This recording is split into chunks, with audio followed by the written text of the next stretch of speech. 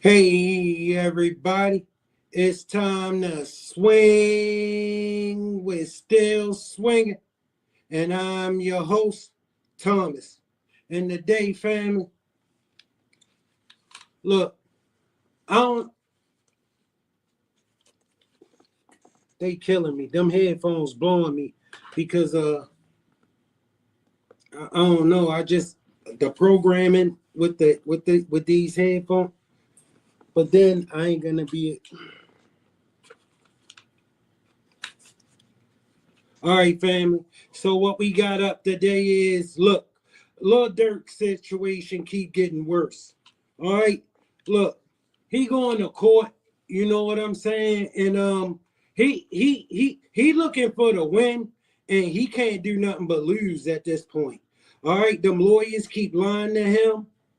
All right, his situation not gonna get better. All right, Young Thug, he out here on borrowed time. All right, he begging to get back in Atlanta, which let me know he begging to get back the right street. All right, YSL Woody, he doing this thing. And for extra, he went to address and whack 100. So family, without further ado, I'm going to jump into this and we going to get it popping, right? We going to get it started with Lil Durk because he up first. You know what I'm saying? And this just a little of what's going on with him right now. You know what I mean? Because the brother, he in a bad situation. He in a lot worse situation than he want to believe he in. So look, let me just add this and we going to see what's popping. Longtime friend's murder gets another setback in his case. Durk Banks, better known by his stage name Lil Durk, has been behind bars since October, accused of being the mastermind behind a plot to kill Georgia rapper Quando Rondo, whose real name is Taekwon Bowman.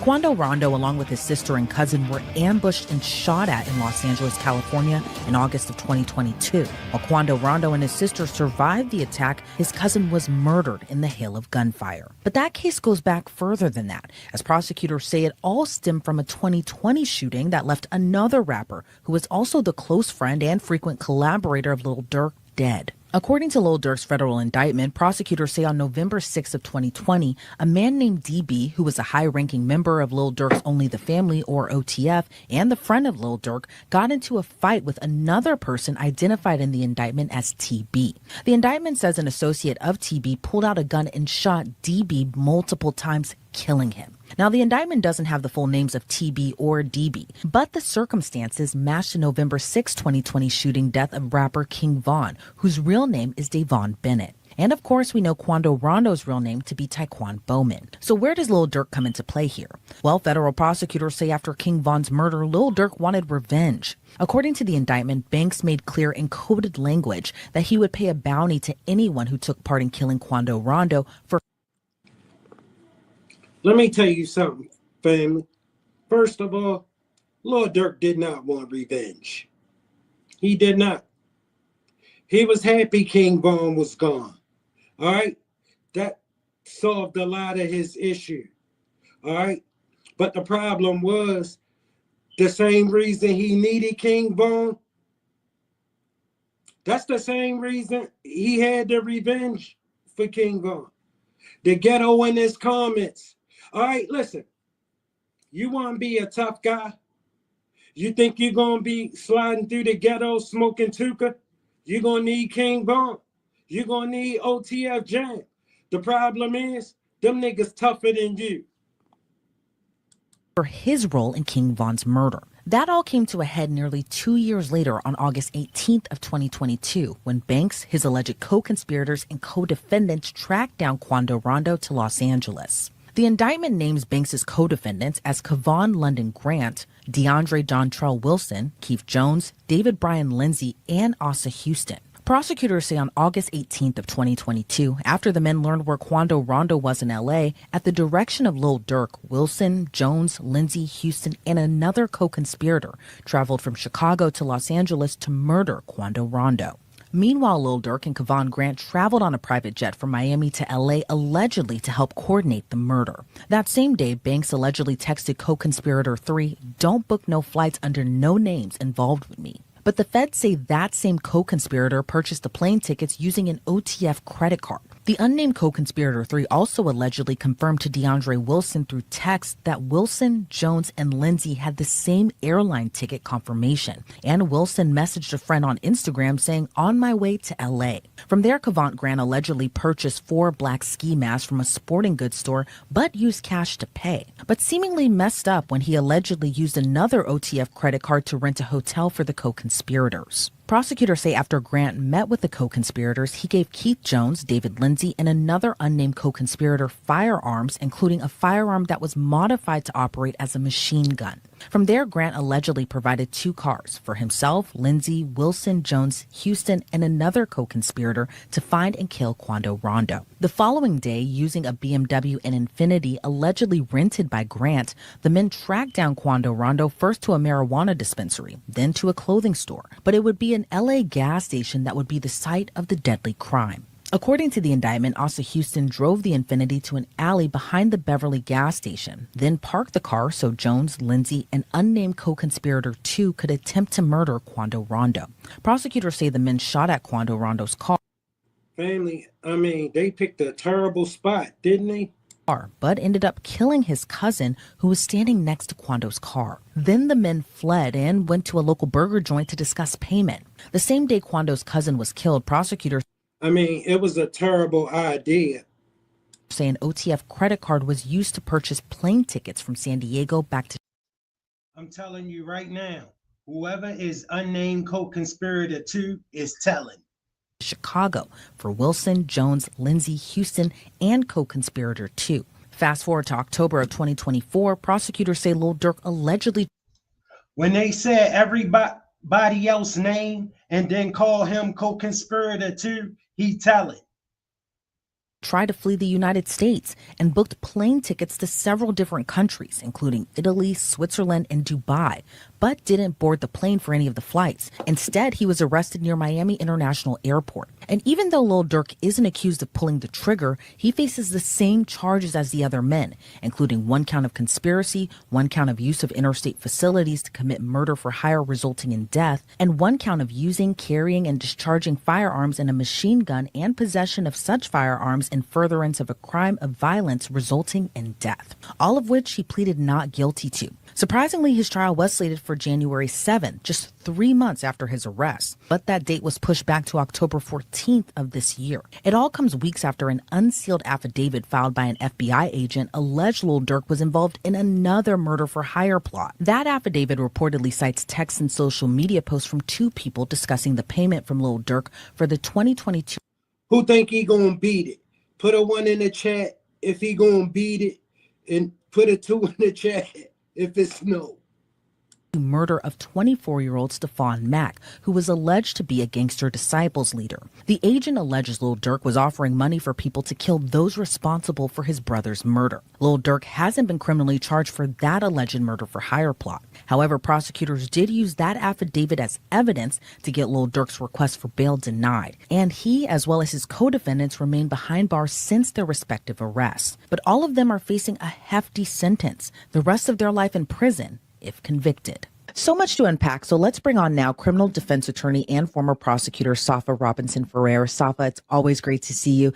First I have to ask your reaction to this whole case. Lil Durk is a Grammy Award-winning artist, but federal prosecutors allege that he's this mastermind behind the plot to kill Quando Rondo in retaliation for his friend King. Family, put a 1 in the chat if you think Durk got a chance of winning this case. If you don't think he got a chance, put a 2 in the chat. Von's death. What are your thoughts about this case overall? It's not surprising to see an indictment come about as a result of that. I think that there have been rumors and talks in the industry for years with regard to Lil Durk and his position with respect to his friend King Von's death and anything that may have been retaliatory in nature. So this is not the first time that I'm hearing of these alleged acts as an attorney, but this is certainly the first time that we now have an indictment alleging these specific acts against him. And what we've seen, in more recent times is that law enforcement is going after individuals who are high-profile individuals or celebrities and rappers in essentially prosecuting them. We saw that in the Young Thug case. We see that in this case now. We see that in the Sean Diddy Combs case. So we're seeing this a lot more frequently as of lately. Yeah, and reading through this federal indictment against Lil Durk, it seems like there's a lot of evidence stacked against him, from the text messages to the use of credit cards and other kind of trails of evidence. What do you make of that, given if you are going to orchestrate something terrible like this, that you might try a little harder to kind of cover your tracks? They say cash is king. When you use electronics and you use credit cards and things of that nature, you're leaving a paper trail all the time. Even when you use social media, you may think that a video has disappeared because you've used Snapchat. It has not disappeared. It has been preserved and made available for law enforcement. And so essentially here in this case, there are allegations that... I wish he would have made a better decision. If he would have just made a better decision. Credit cards were used that were associated with Lil Durk. Also transportation via airplanes, rental cars, and things like that the government was ultimately allowed the government to tie these things to him. And so in cases like this, of course, I would never recommend doing anything like this. But always remember that you are leaving a paper trail anytime you use an electronic, a cell phone, a computer, a credit card, or anything like that. Hey, for all you business owners or anyone who wants to start a side hustle, I want to take a quick second and tell you about something that can really level up your business game. And it's odoo.com and their really cool accounting app. So if you want to take control of your finances and make your accounting life a just a murder for hire plot, Quando Rondo's cousin was actually killed in this ambush in 2022. Do you think that's why federal prosecutors are after Lil Durk too, and not just kind of the men who are allegedly accused of kind of being the trigger pullers in this case? Do you think, had Quando Rondo's cousin survived the attack or not been shot and killed, that they would be after Lil Durk too? I think that they would have been after him regardless. Like I said, there have always been rumors in the industry with regard to his possible acts and things of that nature. And so That ain't gonna help him. I mean, he if it wasn't for him, it wouldn't have been the act. Okay, he paid for the act to occur. again, it That's what they accusing him of. doesn't come as a surprise here. One of the things the government charged here is conspiracy, and they're alleging that OTF, or Only the Family, is essentially this umbrella of an organization that engages in criminal activity or a pattern of criminal behavior, including the murder for hire. They're alleging that Lil Durk is the primary principal who is essentially instructing other individuals to commit these acts. And so certainly they would be going after him, not only the trigger pullers and anybody else who may be lower level. And, Lil Durk has been behind bars now since October. His trial was supposed to kind of start relatively soon, but now it's pushed back to October of this year. I want to ask you, what do you think the federal trial against Lil Durk could look like, given what appears to be this overwhelming kind of evidence against him? I expect his trial to more than likely be months long. It can take anywhere from a month to a few months. I think it was a good move on the defense end to adjourn the trial out so that they can get through all of the discovery. They can continue through their investigations and things of that nature. And they really want to bulletproof their defense. And adjourning the trial till October really gives them an opportunity to do that. Now, of course, Lil Durk doesn't want to sit there. Nobody wants to sit, in prison or incarceration. But I think that was the best move necessary to protect his rights. As far as the trial and what that will look like, I expect that there's going to be a lot of evidence that the government's going to be using. I think that they're going to try to go at this in the way that the prosecution went after Young Thug and his group, and do a prosecution that includes all of the defendants and at one trial, or consolidate the defendants into one proceeding because of the amount of evidence and the witnesses that they would use. So I expect that, but I expect Durk's attorneys to really go after the prosecution in this case. And while they're trying to point together and pin together these alleged acts that have spanned, I think, since the initial 2020 incident. That's what's going on with Durk right now. His lawyers, family, they lying to him. They robbing him right now. And I'm telling you, Durk getting sued from a lot of companies because he got a lot of financial obligations that he can't fulfill because he in jail. Okay? Listen, they suing him. They gonna get their money from him. Shooting incident, the defense is going to attack it each and every step of the way. Do you think prosecutors will use music and his own lyrics kind of against him in trial? I am expecting that is going to happen. And I personally, as a defense attorney, have a significant issue with that. We have a First Amendment right here in the United States. And family, at least with Young Thug, his case was a state RICO case and not a federal RICO case. See, that's a big difference.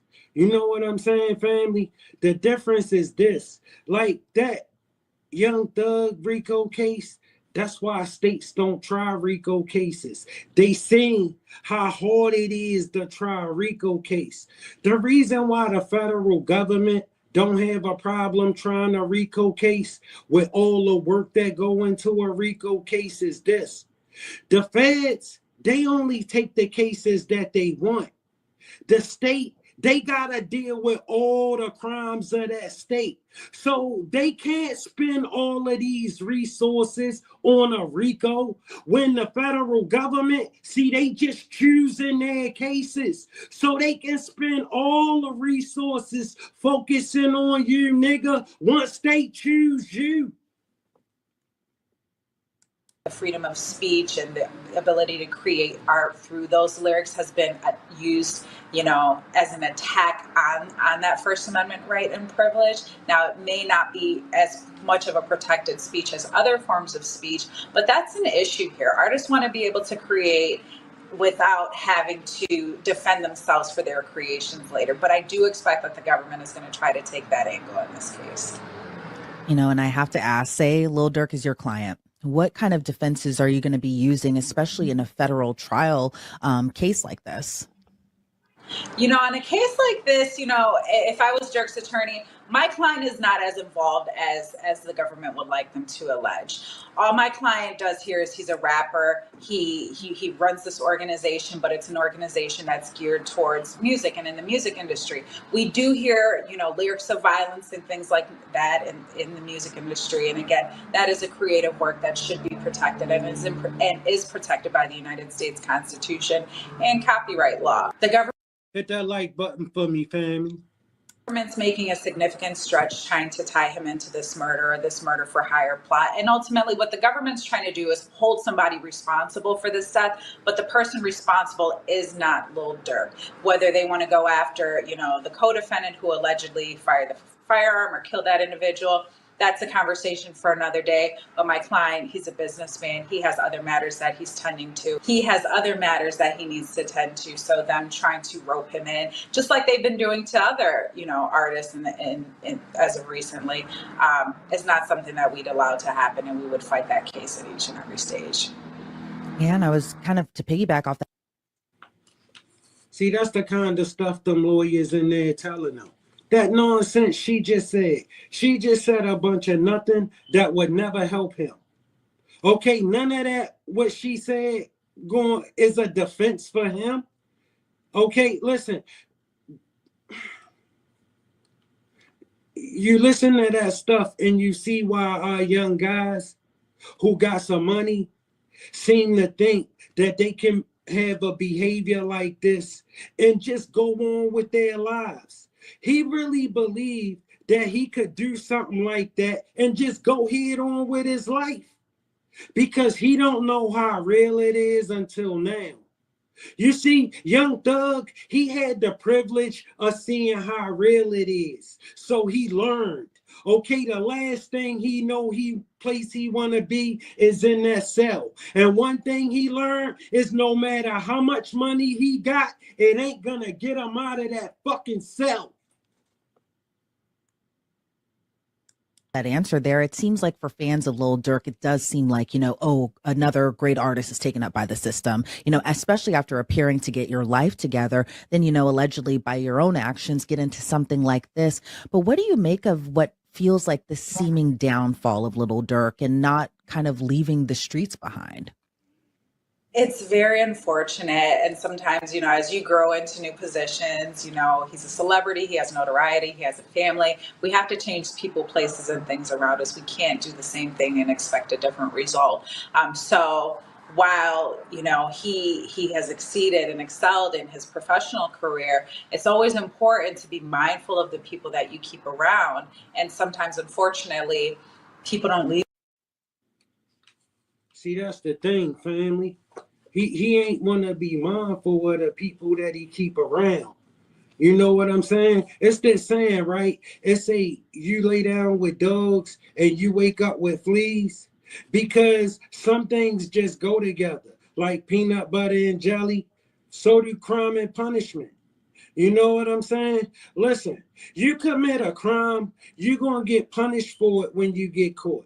Nigga, you ain't just gonna walk in there and say it wasn't me and walk back out of there. That might be how it went in the rap, but that's not how it's gonna go in real life. I'm telling you. The streets behind and them doing so.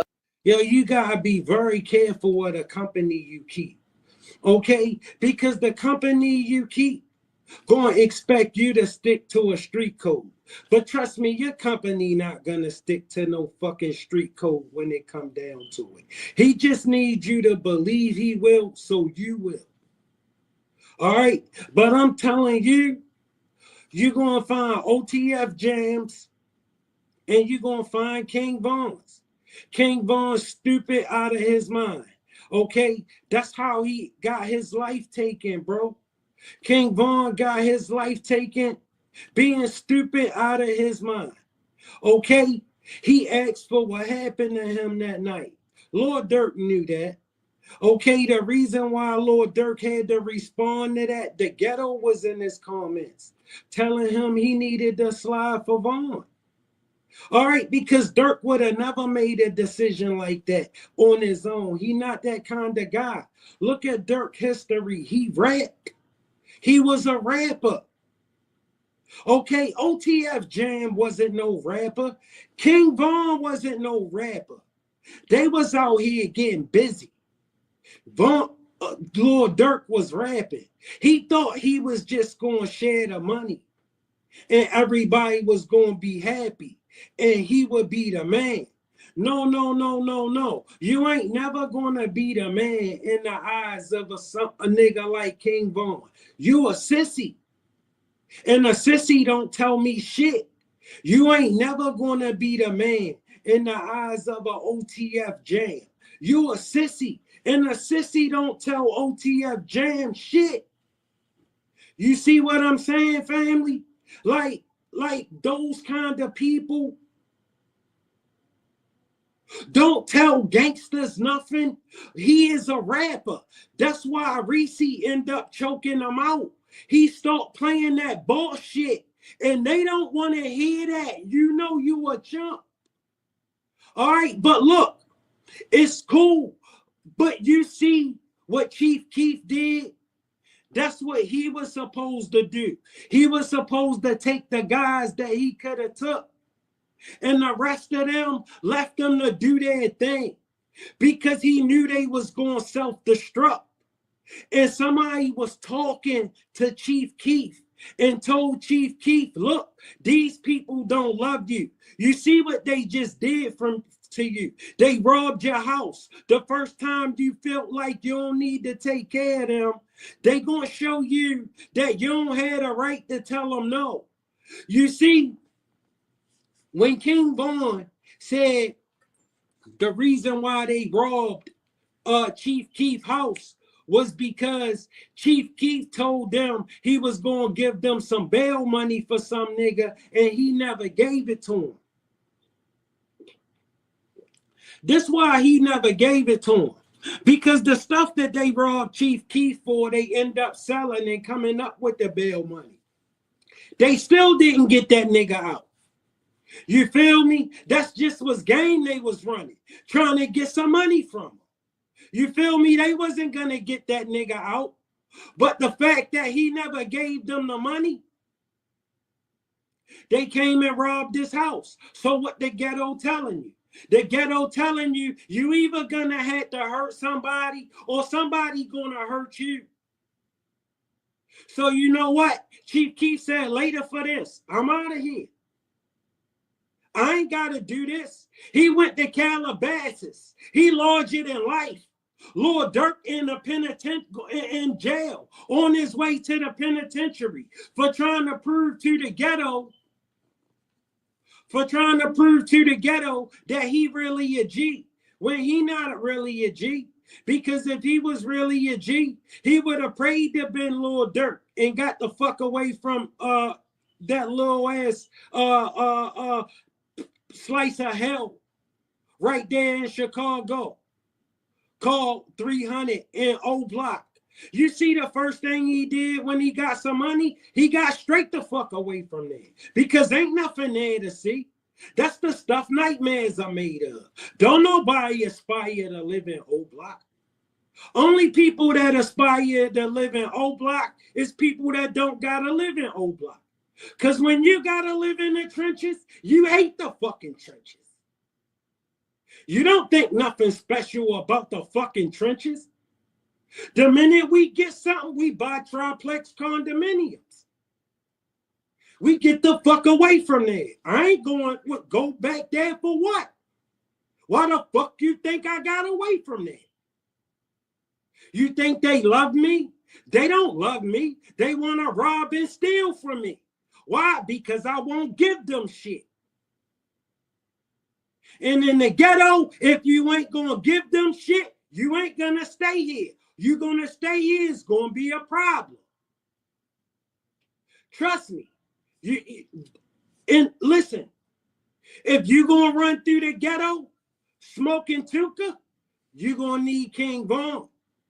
You're going to need OTF Jam. See, because they can back the ghetto up off of you.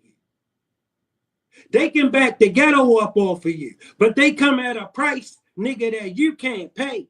I'm telling you, you can't afford it. Lil Durk is paying the price, the cost of those friends. That's how much those kinds of friends cost. As a part of a safety and a Nigga, you can't afford it.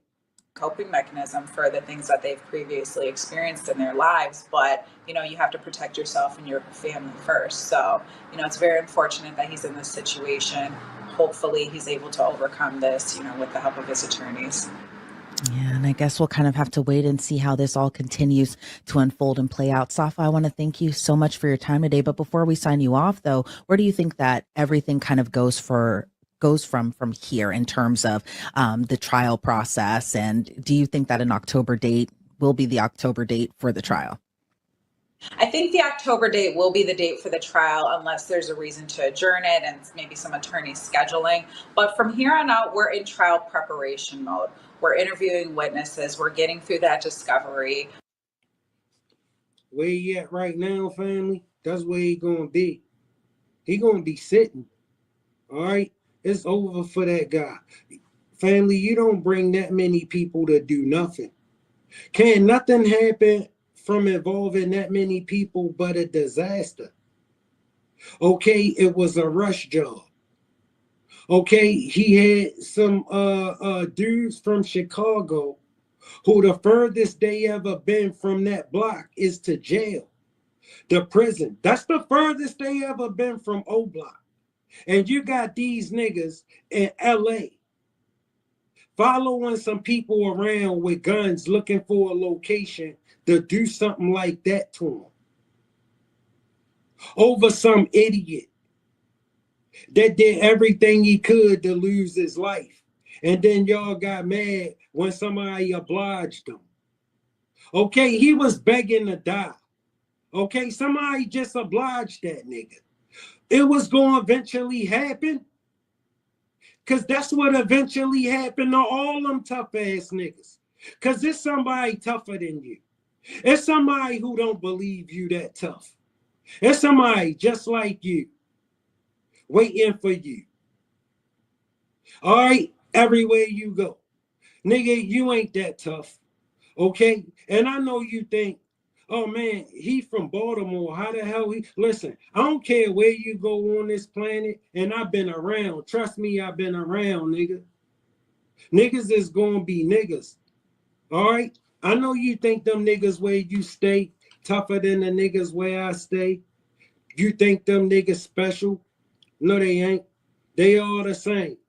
Wherever you go, niggas think they tough. They all think they tough.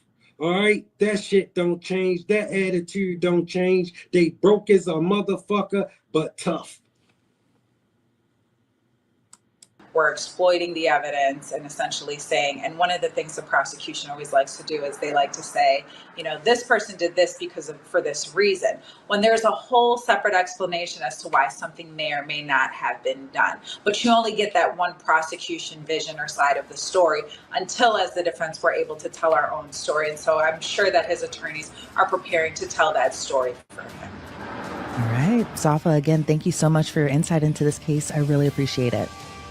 Thank you. Durk Banks. Okay, shout out to that. Shout out to Durk. You know what I'm saying? I hope the youngster find a way to find some peace with himself. But I'm telling you right now, family, one day that brother gonna grow up and he gonna see what he done to himself. He gonna see that he traded that life he had for this life he got. You know what I'm saying? And it ain't gonna measure up. Okay, he gonna see that he would have did a whole lot better if he would have left OTF Jam and King Von in the ghetto and went and do what Chief Keef did. All right, we moving right along, family. The Young Thug.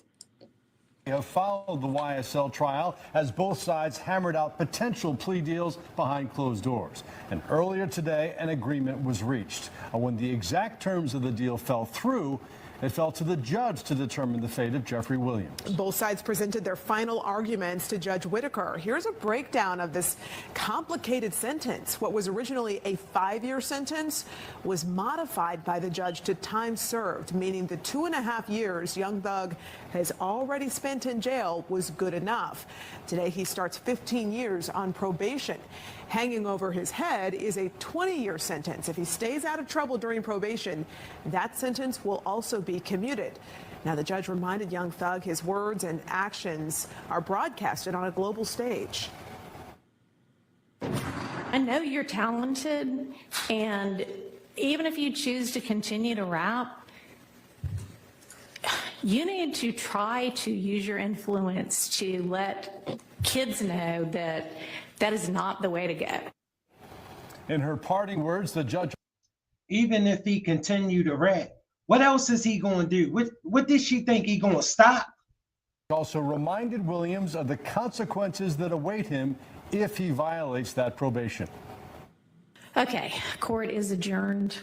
Good luck to you. And I'm going to... Shout out to the chat. Shout out to the chat, family. The Django off the chain. Salute, my brother. Thanks for pulling up. I appreciate your support. He said, facts. When I grew out of that, I said, damn, I was living backwards on my way to death and no unworthiness for my family. Yeah, bro, that's how it be when we living like that. We don't understand that one day we gonna grow up and understand that that was some bullshit, some straight dumb shit. Going to have any, there better be no violations, but if there are any, you're coming back to see me. Yeah. All right. Thank you, Your Honor. Technically, the YSL trial is not over. That's because two co-defendants rejected plea deals today. As for Young Thug, the world is watching his next move as he starts a new chapter in life. Fox 5's Rob Durienzo was outside the courtroom gathering reaction from Young Thug's defense team. He joins us now from the Fulton County Jail on Rice Street. Rob, we understand the Young Thug, Jeffrey Williams, has been released. Hey there, guys. Good evening to you both. Well, just a short time ago, Jeffrey Williams, whose stage name is Young Thug. See what I'm saying? And then Young Thug, he keeps saying he beat the Rico. Bro, you didn't beat the Rico at all. All right. When you said I want to sip some lean, judge said I'm not allowed that. If you beat the Rico, the judge can't tell you shit. The only time the judge can tell you you're not allowed that is when you didn't beat the goddamn Rico. Okay, you idiot. He begging to get back into Atlanta. The last place he need to be. He know they waiting, but he don't know they waiting for his ass. He know if he fuck up in this next 15 years, he gonna serve that 24 years. They can't wait. He begging to get back into Atlanta, right? Knowing Atlanta, look, listen, he don't understand how he made them look if he's begging to get back into Atlanta. They waiting for his ass. They licking their chops. They gonna make something happen for him. All right, they got a cake baked for him. If he better stay the fuck away from Atlanta if he know what I know. Left the Fulton County Jail somewhat of a free man. As you mentioned, he's going to be on the next 15 years on probation. Meanwhile, we heard reaction from his attorneys on the steps of the courthouse. Take a listen. Shout out to the chat. Shout out to the chat. The Django off the chain said, beat the Rico with damn near life on probation, hard as it is for a brother. Bro, I mean, listen, bro, listen. And the kind of probation he got, bro, I mean, listen, it ain't no light work, okay? And for him, they gonna make it hell. They gonna make it hell for him, family. They gonna make that probation hell for him. You know what he did to them? You know what he did to them, right? They gonna make that probation hell. They need him to fail. You know how bad they need him to fail? They need him to fail as bad as he need to win. We're gonna see who will the strongest. This was not what I wanted. I don't believe that it is just. But I believe that under these circumstances, it is justice for Jeffrey Williams, and he is delighted, as are we. I'm thankful. Rapper Young Thug headed home after pleading guilty to gang, drug, and gun charges in the YSL RICO case. He did so without a deal from the district attorney's office. Negotiations totally broke down with the district attorney's office. Horribly broke down. We ultimately decided we were going to put our faith in the court as opposed to the folks on the other side of the aisle. The judge warning the 33-year-old Grammy-winning artist, whose real name is Jeffrey Williams, that he could be locked up again if he violates the terms of his sentence. Outside the courthouse, his father telling cameras he still thinks they could have won the trial. I feel great that he's going home, but at the same token, I still wanted to fight. If Williams successfully completes the 15 years of probation, the rest of his sentence will be commuted to time served. But he can't step foot in Metro Atlanta for the next 10 years. He still wanted to fight, family, because he wasn't the one sitting in jail.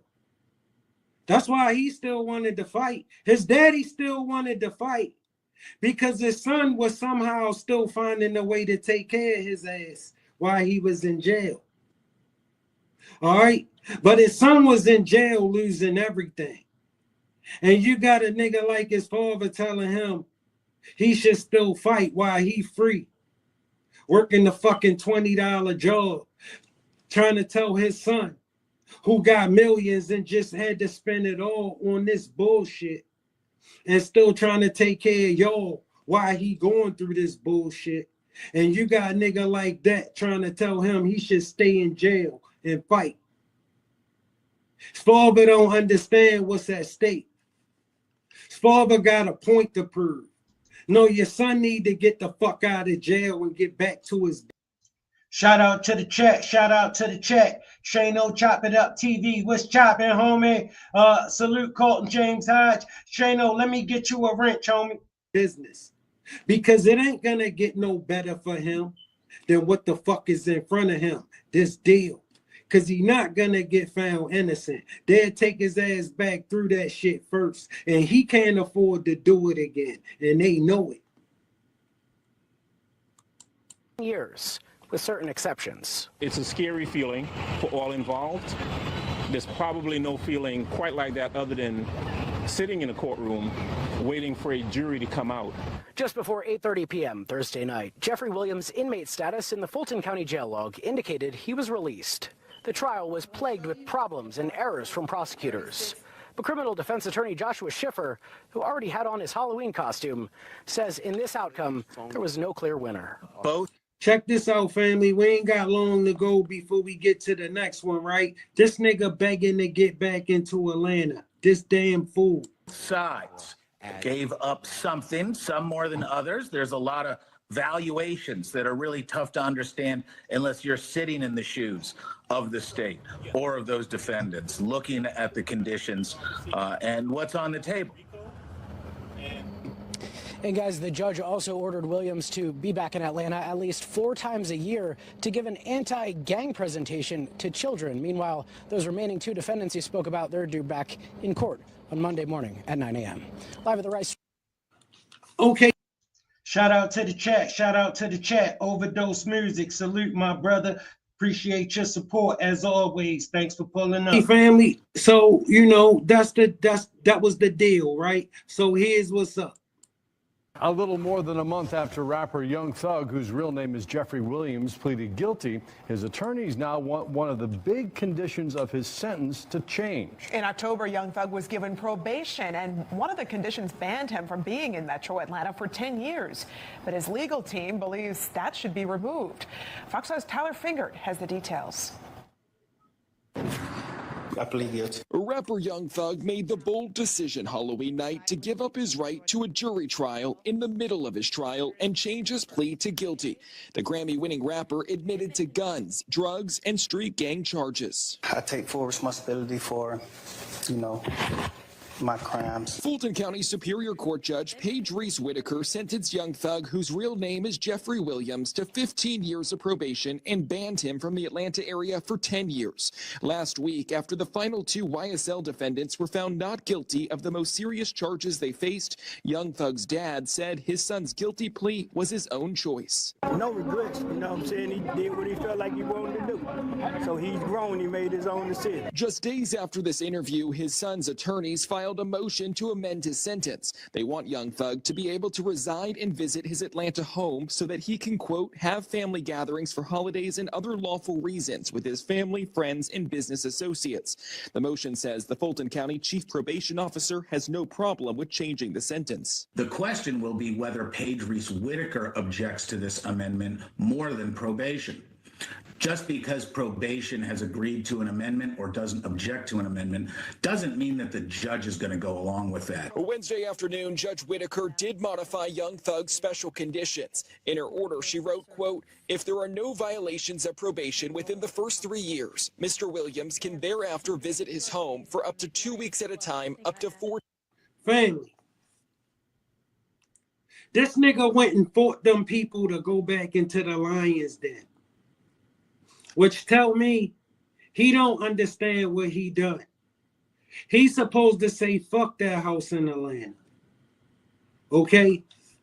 Listen, the last place he want to be is anywhere near Atlanta. They got the most to gain. All right? Family, he did that to them in front of the world. All right? He did this shit to them on TV in front of the world. He don't know what he done to them if he fought to get back, to be able to go back to Atlanta. Because that's the last place. They got a cake baked for his ass. Trust me, they gonna get him. He's stupid. He not thinking. Okay? Whoever talking to him, they not saying the right things, or he not listening, and he ain't learned shit where he was just at. See, what he should have, I thought he would have learned most of all is that no matter how much money you got, it ain't going to get you out of that fucking cell. It's not. Okay, I've been there, family, and I had loads of money. It wasn't going to get me out of that cell. Okay, I could have paid any bond. Okay, it didn't matter what the bond was. I would have been able to pay it. They don't give a fuck how much money you got. You ain't coming out of here. They said no. That's how they treat you. Believe that. All right. So you learn that it's some situations that if you go get yourself into, all the money in the world ain't going to be able to move you. All right, ain't none of that shit gonna help you. You go get yourself into some situations. All right, and a lot of our young men, they go get themselves in these situations because these women raise them, fellas. And they really believe they just gonna walk the fuck in there and tell them people they ain't do it. It wasn't me. And they believe that they gonna walk back out of there until they walk in there and see that shit ain't gonna get them out. Get them out of nothing. All right? Until they see they can walk in there with whatever fucking mouthpiece they want. Once they fuck up, you still going to the penitentiary. All right? I don't care who representing you. You fuck up the wrong way. All right? Listen, some of this shit, yeah, we fight and we beat with our money. But when them niggas in them cheap suits come knocking on your door at 3 o'clock in the morning and say, Mr. Thomas, we need to talk to you. And you thinking, well, I'm fine. I ain't got nothing in here. And they don't even search that motherfucker. They already got everything they need. They don't need nothing but you now, nigga. The investigation over. See, they used to talking to them niggas that it don't take no investigation to lock them up. They locked that nigga up in 15 minutes. It took a 10-minute investigation to lock that nigga up. The niggas in the uniforms locked most of them niggas up. Okay, listen, they in the fucking way. All right? Listen, most of these rappers is dumb niggas. Dumb niggas. Niggas that couldn't think their way out of a wet paper bag. That's most of them rappers. All right, that's why they do dumb shit like this. Most of them rappers, see, they ain't really been out here. When you really been out here and really had to get it, and you really from nothing, you appreciate it, family. You appreciate it. Family, I'm 51 years old. I'm from the trenches. I've been in it all my life. I got it out the mud. It's just me and my son. Okay, you think I ain't proud that I live in my triplex? Yeah, bro, he on the second floor. He don't even bother me. I never hear him. He a gamer. All right, he a straight A student. All right, he on the honor roll. Because I demand it. I don't take fucking excuses. I pay too much. I don't want to hear that shit. You're going to get it right and you're going to do it my way.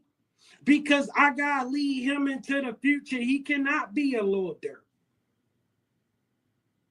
Walking around letting his feelings lead him and never understanding he going to have to lead one day. I ain't going to be fucking taking care of that nigga. He getting the fuck out of here. All right, one day. Preferably soon. You know what I'm saying? He about to be 15 years old. He my youngest son. My oldest son gonna be 18 this year. You know what I'm saying? I got bros running to me talking about they want to have babies. You better get the fuck out of here. I ain't raising no more kids. That's it. All right, because his mom passed in 2021, family. It been me and him. You know what I'm saying? Look, he the last one. I'm getting him through school. Boom. Once my job done, Dominican Republic. Miami, Dominican Republic, might do some time in Nigeria, will do some time in Nigeria because I heard it's really beautiful. You know what I'm saying? And I definitely need to get over there and spend some time. But look, see, that's how I'm planning my future. You know how Durk planning his future with all he had? Well, all he had, he turned it into nothing like that. With all Young Thug had, he almost turned it into nothing like that. He begging to get back in Atlanta so he can turn it into nothing again like that. This nigga begging to go back into the Lions Den. He don't know what he did to them. Yo, they charged him with a RICO and had to let him go on TV. They don't give a fuck that he on probation. They had to let him out of jail after they said he did all of these treacherous things. They had to let him walk out of there. You know what he did to them? Do he know what he did to them? He trying to get back in Atlanta. That tell me his father can't talk to him. His father can't talk to him because for real, he his father. You can't talk to no nigga that take care of you. That's impossible. That's why you can't talk to Diddy when Diddy take care of you. If I take care of you, nigga, you can't tell me shit. That's why I don't have niggas around me that I take care of. You can't hang around me because you no good to me if I gotta take care of you. You understand where I'm coming from? I run with the winners. I hang in the winner circle. You take that loser shit somewhere else. See, losers got excuses. Winners got progress. I don't got no excuses. My son, he try to bring me excuses. Nigga, no. You know how much I pay for you? Nigga, no. Do you know how much you cost? You will not bring me an excuse. You will bring me progress. I don't want to hear that shit. Get out of your feelings and get the job done. See, that's what happened to most of our youth. They ain't used to being checked because they grew up around women. So when a man check them, they get in their feelings. And then the police end up doing something crazy to your son because your son stay in his feelings because he don't have no men around him checking him. So the first time men start checking him, he in his feelings.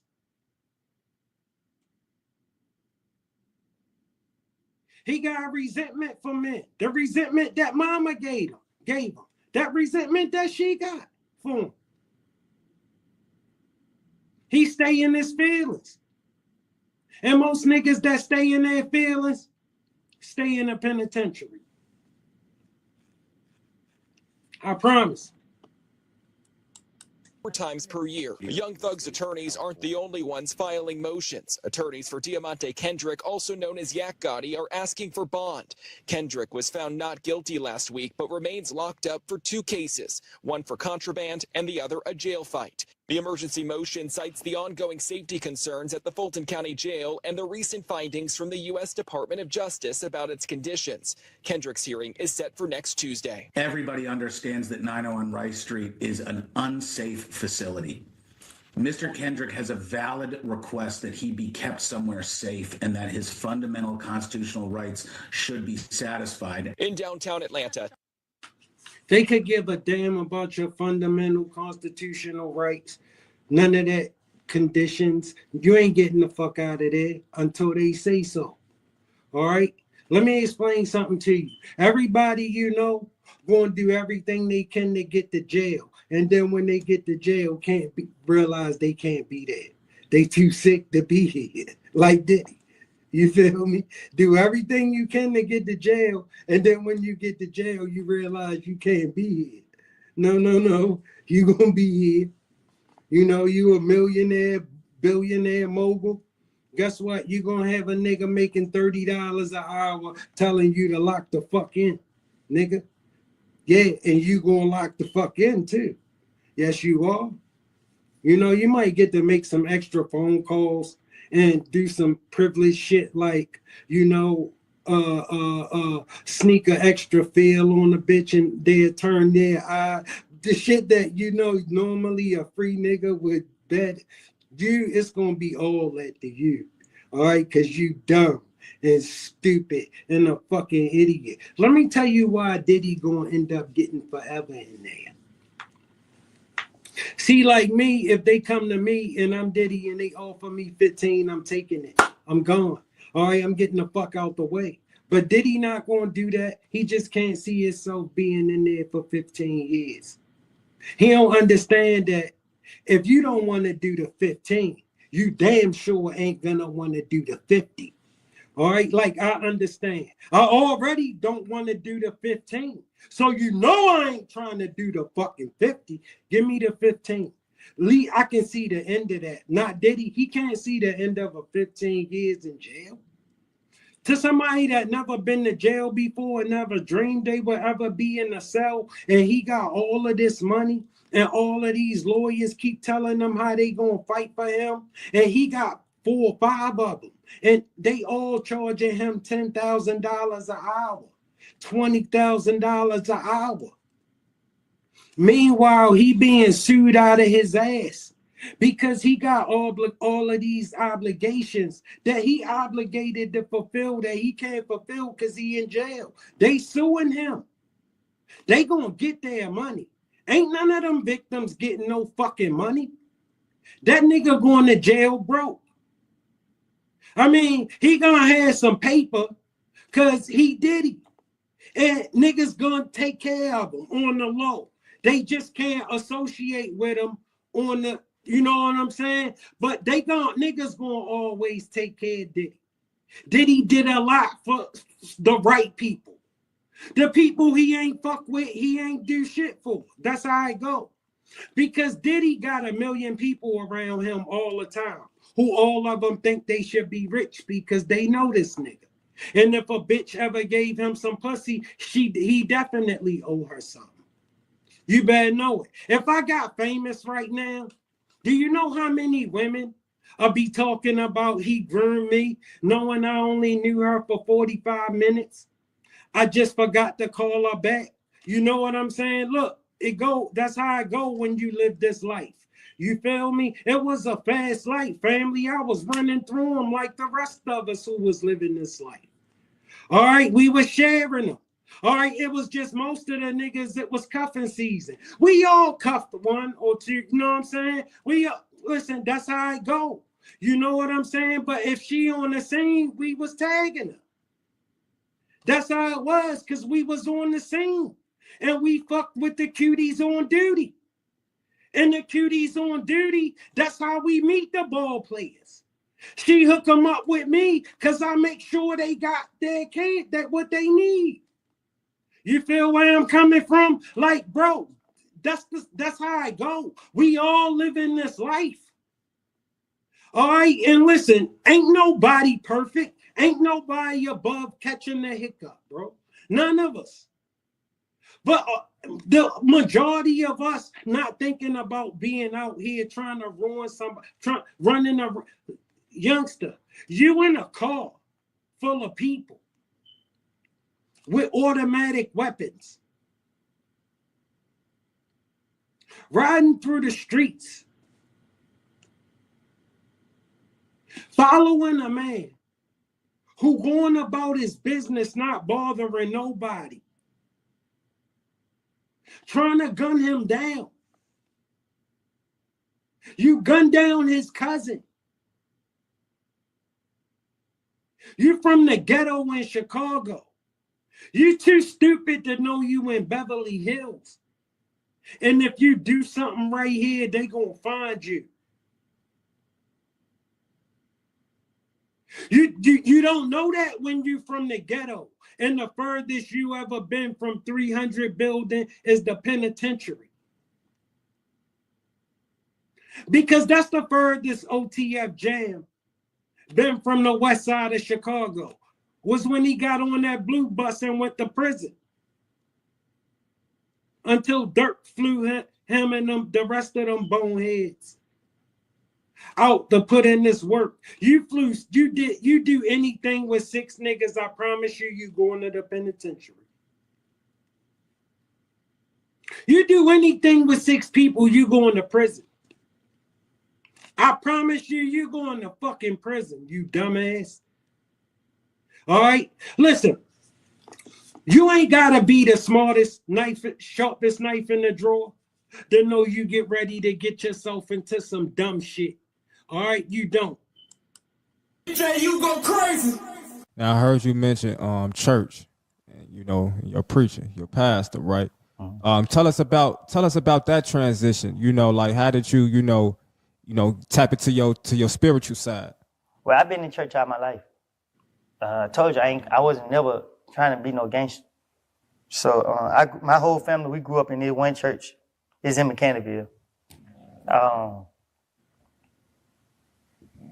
When I was in the feds, I pled guilty to 5 years. And my preacher came to my sentencing and he was like, he spoke. And when he spoke to the judge, he spoke so highly of me that the judge was impressed. And she be like, you the first person to come in front of me that have a preacher here speaking on your behalf. And she was willing to release me that day. But I had signed for 5 years, so my federal defender, she had to stick with the plea agreement. Because if I would have said, we asked for time served, they can withdraw. So when he came and did it on my behalf, he didn't judge me for my past. He didn't. He looked at me how he always looked at me. So I locked it in my mind. Once I got out of jail in 2019, I went to church, but not as much as I do now. Like right now, I don't miss a Sunday. And if I do, it's because something occurred that made me miss it. So, Yeah, that's what's up. Can you give us an example or a situation in which like that was God? You know what I'm saying? Like something happened and it was God, it was only God type shit. Oh, a lot of stuff. But the most scariest one was this Rico. They locked everybody up. Like people, who the snitching? Okay, say what y'all want to say, but the truth of the matter is, they didn't put me on the case. You know what I mean? I just thank God every day for that. Despite how right, because you weren't included with the 28 that were arrested, right? I wasn't indicted on that period. Right. So it's just like, I don't know why, and I ain't questioning it either. I'm very thankful. I mean,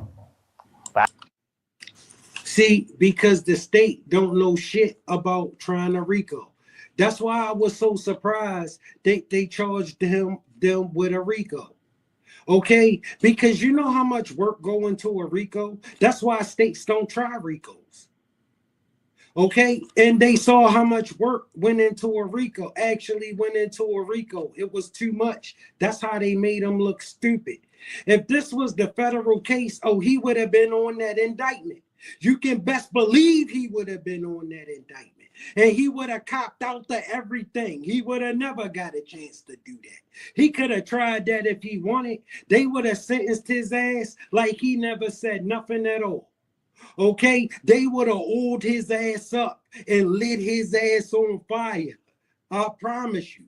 He could have tried that shit in U.S. District Court if he wanted. They would have set an example out of him. They would have showed him how you gonna come in here and you think you gonna make us look silly. No, you ain't. They gonna show you and make you an example for everybody watching who will ever get an idea to do something as stupid as what Woody would have been doing in U.S. District Court. Because in U.S. District Court, he would have had already copped out the 900 years. Knowing that if he say anything crazy like that, he gonna get that fucking 900 years that he already copped out too. But if he stick to the script, he'll walk right out that fucking door. And he would have stuck to the script in U.S. District Court. But see, that's where they fucked up. In state court, because state don't try RICOs. They didn't put them on that indictment. Oh, in U.S. District Court, when the U.S. government would have charged everybody, he would have been on that fucking indictment. And he would have copped out to that indictment too. Before his ass hit that stand. I feel like God just seeing all I've been through about this whole situation and just kept me away from it or whatever. I don't know. But besides that, I had got into it with this guy that I know. And they was on the internet talking. And I had a fantasy. My fantasy was one of the crazy ones. I was going to set an example in front of everybody. And I had the opportunity to set an example. And once I tried to set an example to him in front of everybody, I was real possessed. I tried to shoot somebody in the club. Family, for those of you who don't know, he just told you where they fucked up at. They didn't put him on the indictment. They never indicted him because he was their witness. In U.S. District Court, they would have never missed that. He would have got indicted with everybody else. Trust me. That's where they fucked up. They didn't indict him. On the stage, and my gun didn't go off, and it's a Glock. Caught back, it didn't go off. I gave the gun to somebody else, it didn't go off. We got in the car, left. As we ran up Bankhead, I'm cussing dude out like, man, you got this gun, man. Ooh. I hear the window going down, and I hear, bah! And me and everybody in the car was just quiet. I swear, a tear just fell out my eye. Like, I don't know why, it just dropped. I wasn't saying no now. I was just like, what the world? Because I done heard people say they had a revolver, and I'm like, man, it's kept. But to actually happen on me, and no, I wasn't faking at that time, like, I'm going to do this fool. I was just like, it wasn't meant.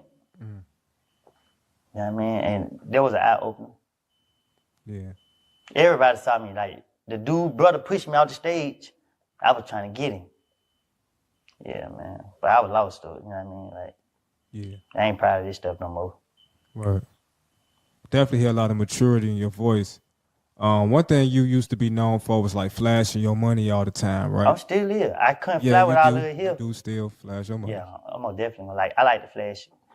Because that's what motivate me. When I see Floyd Mayweather and them, when I see other people flashing their money, I be like, yeah, boy, I'll tell you, boy, I'm finna run it up just like him. You know what I mean? Like, it's for motivational purpose. It ain't to, think I'm to down nobody else. A broke person will think like that. You feel what I'm saying? So that would motivate me. I like watching Floyd and everybody who pipe it like him. Yeah.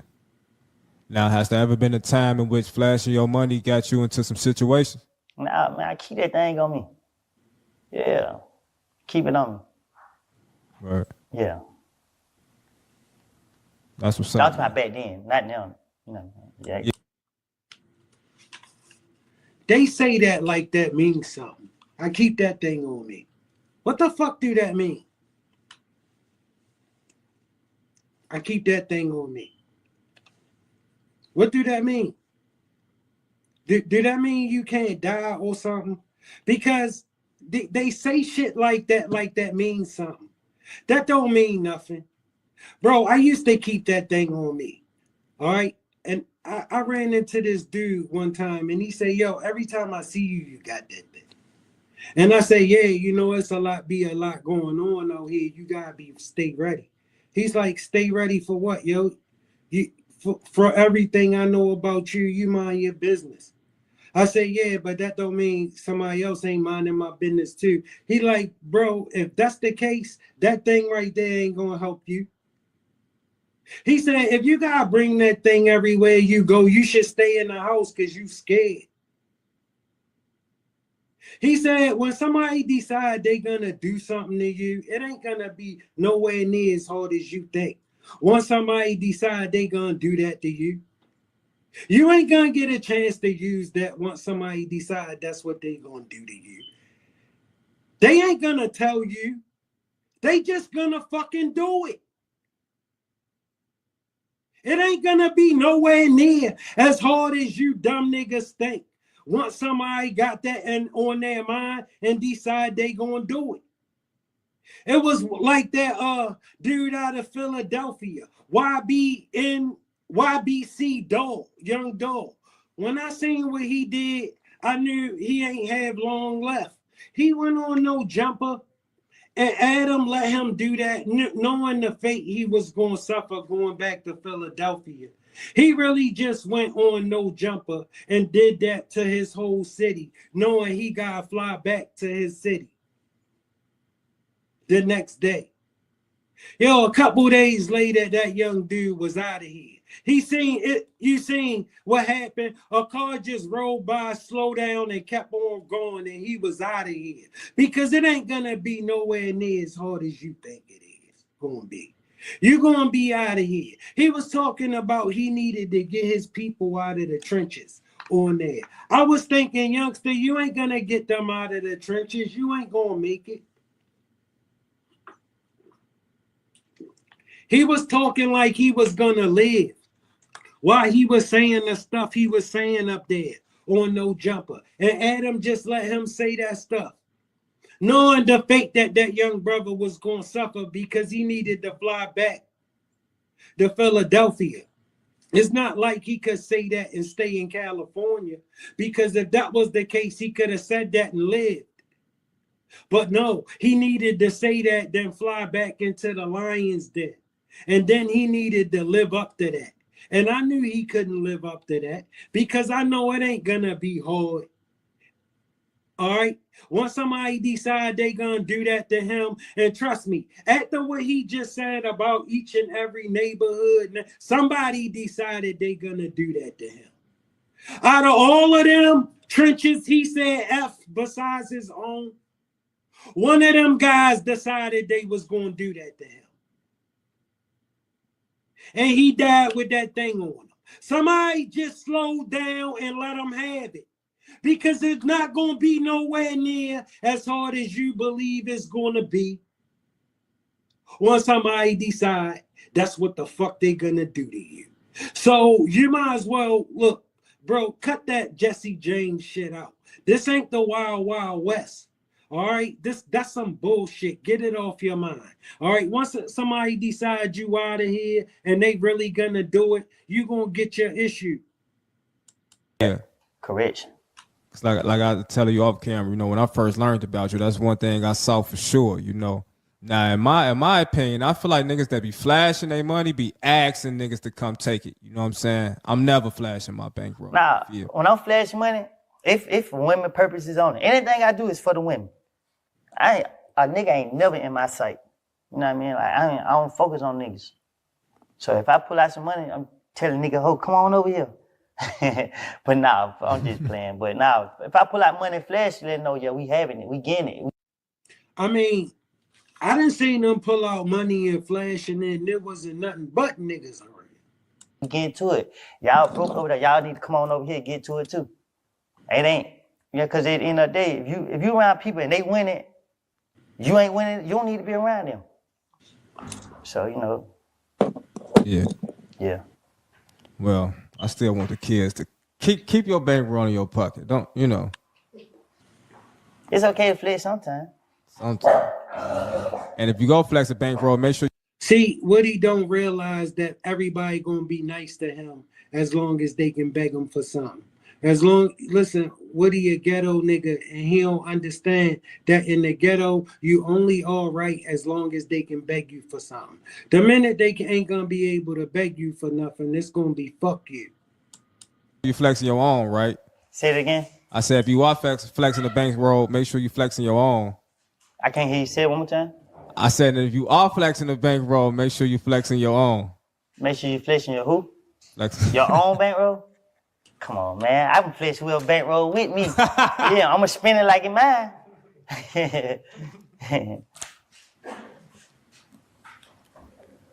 When was the first time you was like touching some money? Like how old? See, Woody one of them dudes, right? What he hope is that people remember. People remember that when he was up, because he know this gonna come to an end.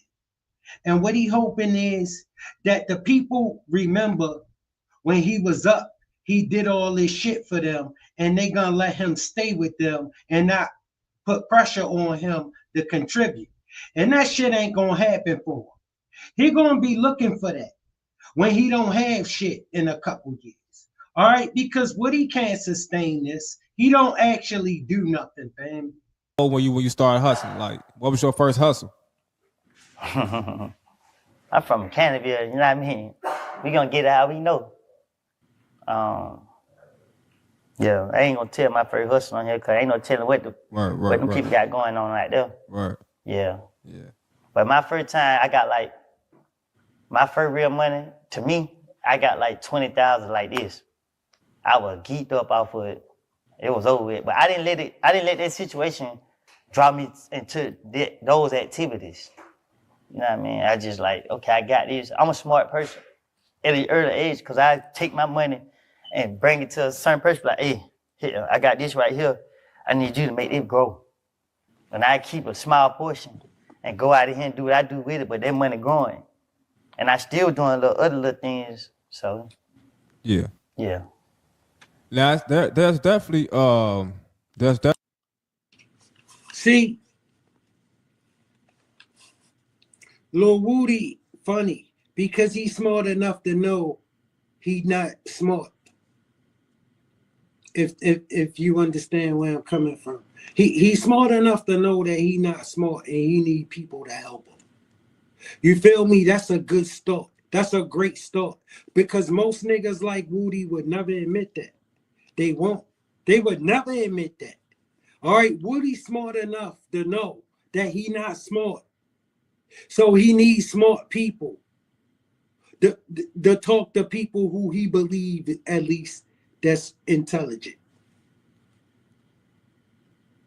Definitely a message that you got, you know what I'm saying, within yourself that these young niggas need to hear because they run in the streets without a clue. You know what I'm saying? Like literally, you feel me? Lately here on DJ UTV, you know, I've been talking to guys that's like in their early 20s, and we've had a couple guests that left us, you know what I'm saying, shortly after our interview. You know, they doing drugs, bro. You know what I'm saying? They just want to catch a body for real, like this. This how they coming. You know what I'm saying? This what they rapping about in their music. You know, and I'll be trying to tell them like, man, it's only one or two ways you can go with that. You know what I'm saying?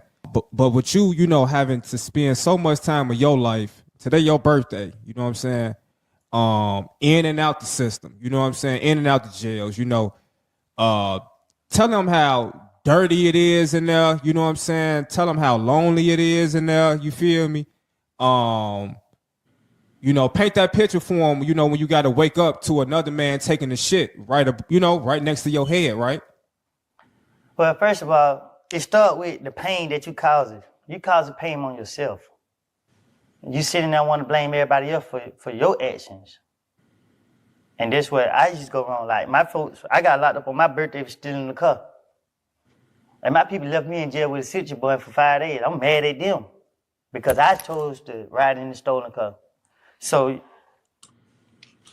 it's crazy, family, because Woody did what most dudes do. He just ended up having to do it on TV. Woody did what most dudes do. But it's a funny thing because most dudes like Woody, by the time they realize they should have done what Woody did, it's too late. They realize it's too late that the niggas that they got all this loyalty to don't have none of that loyalty to them. Woody just woke up before it was too late and realized that. Woody realized he wasn't never going to get shit from Thug. All right? And listen, that's the problem with giving your loyalty to people. You don't do that shit. Your loyalty got to come with a price, a number, bro. Because when you're doing it on the strength, you're going to be respecting that and expecting that in return. And when you don't get it, you're going to be disappointed. You're going to be real disappointed. You're going to be mad. All right. And you're going to find, and it's most of the time you're going to be, because look, let me explain something to you. Like Jimmy Henchman, right? It's the product of some bonehead shit that what he did with Lodi Mack up in New York when Lodi slapped his son. All right, yo, you take 6 niggas, you go in the penitentiary. If 6 niggas get involved, you go into prison, I promise you. All right, listen. All right, look. The problem is this right here, right? You make a stupid decision to do something stupid, right? Like go and take a man's life. And you think that you just gonna keep on moving on with your life. Like you shouldn't have to pay for that. Like, do you really believe that? Do you really believe that you should be able to take somebody's life and keep going on about your life like you didn't do that? And then a lot of you niggas just keep doing it and doing it and doing it. So you think you should be able to just keep getting away with that and just keep living your life and waking up in the morning and going on about your life like you didn't do that. Get the fuck out of here. You dreaming. You going to the fucking penitentiary. Somebody gonna tell on you. Okay? So listen, somebody don't want to go. Always. Most of them don't want to go. Most of us don't want to be in a prison. Unfortunately, life circumstances, sometimes we end up. But I'm telling you right now, most dudes, when they get a way out, they take it. He ain't, if that don't surprise, nothing he done surprise me, shocking to me, alarming to me, or unexpected to me. I think he's smart. He not smart. He was smart enough though, wasn't he? He was smart enough though, wasn't he? He was smarter than you thought. He was smart enough to fool them into believing he was that stupid, and he wasn't. yeah, when I got to jail, I like, okay, I'm gonna show them when I get out. And I got back out with that wrong mentality. And I was just doing stupid stuff. Jail taught me that you ain't got no control. You got no say so. You gotta be forced to be around people you won't even ever be around. Like you said, you got people wake up, you got somebody taking the shit early in the morning, keep flushing the toilet. You got to wait to get in the shower. Nigga been jacking all in the shower. Court, it's just so much, you know what I mean? And family, that's prison life. See, that's the shit these dudes don't talk about when they sitting here telling you these prison stories. All right? They want to tell you these action-packed stories and all of this. No, that's not prison for real. All right, that shit is few and far in between. For the most part, you're going to be bored out of your mind and lonely as fuck, going through it in your mind, trying to figure out how to deal with what you're going through every day without going crazy. That's what they ain't telling you. That's why they want to get out so bad. Not because they having so much fun there. All right, that's a fucking dungeon. And if you ever been there, you know you don't want to fucking be there unless you belong there. Some niggas, unfortunately, just not going to be able to stay out of there. Not for no significant amounts of times in life. All right, Woody found a niche. All right, but outside of Woody finding a niche, he would have been one of those guys, unfortunately, who was always be in jail. He would be a jailbird. Okay, because the minute he gotta think, he going straight to jail. Because the minute he gotta think, he gonna get a gun. I don't watch a boy, man. You know, he was living like this. He was doing this. He got out of jail, like came back for killing somebody. And he cried in my face. I'm looking at him. I'm still messed up in my head, but I'm looking at him like, I got to be strong for him. I don't even know this nigga. I just met him in jail. I gave him a hug and told him, shout it up, pray. You feel what I'm saying? Because even though they got him, they got everything they need on him, but God working mysterious ways. This same boy right here ended up going to trial and winning. And he got his life together. That don't change the fact that most niggas go to trial and lose. Because a nigga went to trial and won don't change nothing. Most niggas go to trial and lose. Okay? Most niggas lose trial. Most niggas don't win.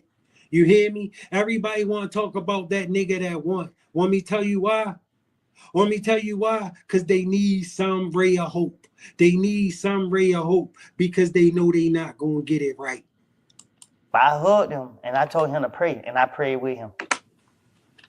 These kids don't know that. You feel what I'm saying? They think it's cool. They like, but let me be an example. If you don't want to use me for example, use somebody that been through that situation, that overcame it, that was able to get out of it, that's able to change. Like people like, oh, because he don't told on these people, or they don't did this to him, that he want to run their church.